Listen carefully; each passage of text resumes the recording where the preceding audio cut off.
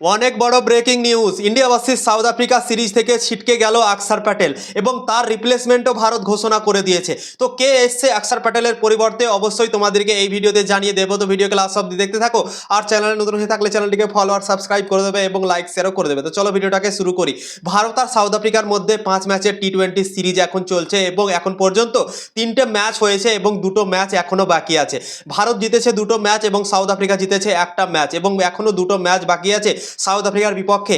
এবং বাকি 2টো ম্যাচ আকসার প্যাটেল খেলতে পারবে না, তার জ্বর হয়েছিল। দুপুরে লাইভে আমি এসেছিলাম এবং খবরটা তোমাদেরকে জানিয়েছিলাম কি সূত্র অনুযায়ী খবর আসছে আকসার প্যাটেল বাকি 2টো ম্যাচ খেলতে পারবে না, তার খবর বেরিয়ে আসছে তার জ্বরের সমস্যা হয়েছিল এবং 3 নম্বর ম্যাচটাও সে খেলতে পারেনি। এই জন্যই কি তাকে জ্বর হয়েছিল এবং তার শরীর অনেকটা কমজোর হয়ে গিয়েছিল, তাই জন্যই সে ম্যাচটা খেলতে পারেনি তৃতীয় ম্যাচটা। এবং বাকি 2টো ম্যাচ থেকেও সে রুলড আউট হয়ে গিয়েছে।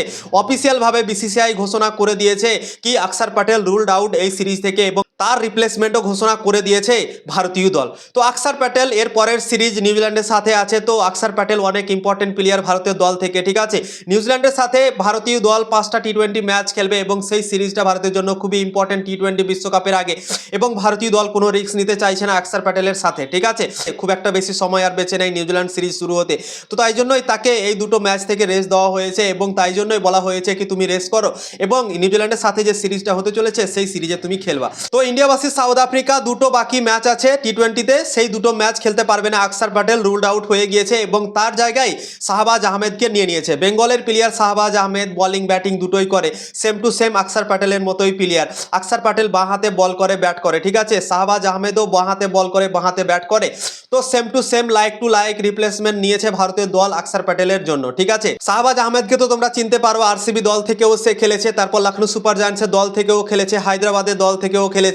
তো সেই শাহবাজ আহমেদকে নিয়ে নিয়েছে আকসার প্যাটেলের পরিবর্তে ভারতীয় দল এবং বাকি 2টো ম্যাচে আকসার প্যাটেলের পরিবর্তে থাকবে শাহবাজ আহমেদ।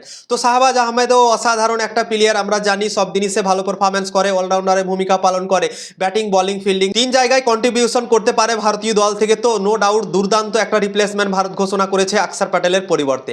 তো ইনফরমেশন যদি ভালো লেগে থাকে অবশ্যই লাইক শেয়ার করে দেবে এবং এই নিউজটি দেখার জন্য অনেক অনেক ধন্যবাদ।